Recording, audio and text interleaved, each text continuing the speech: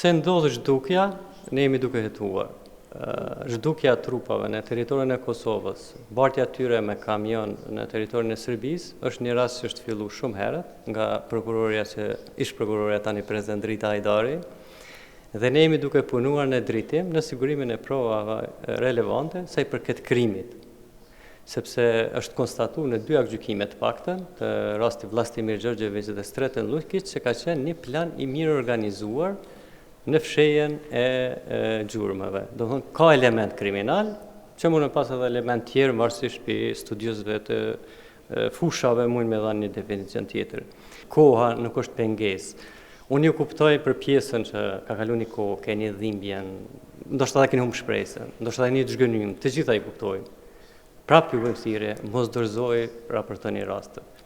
Koha nuk është pengesë në atë që ne bëjmë si punë.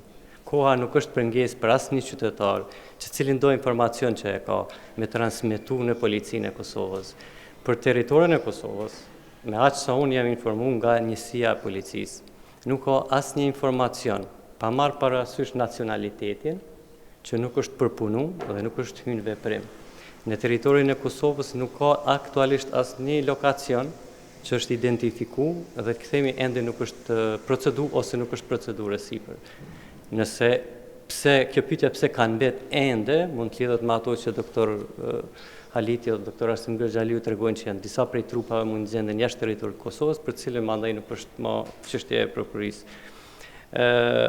Koha nuk është pengesë, e dëshmojnë këto statistika që e dhash fillim. Përtej këtyne kemi 44 akt akuza ndaj 157 personave.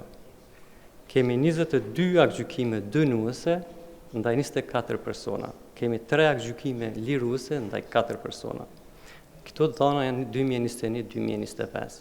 Shto dhe 76 urdhrave për zhvarrosje e skumim.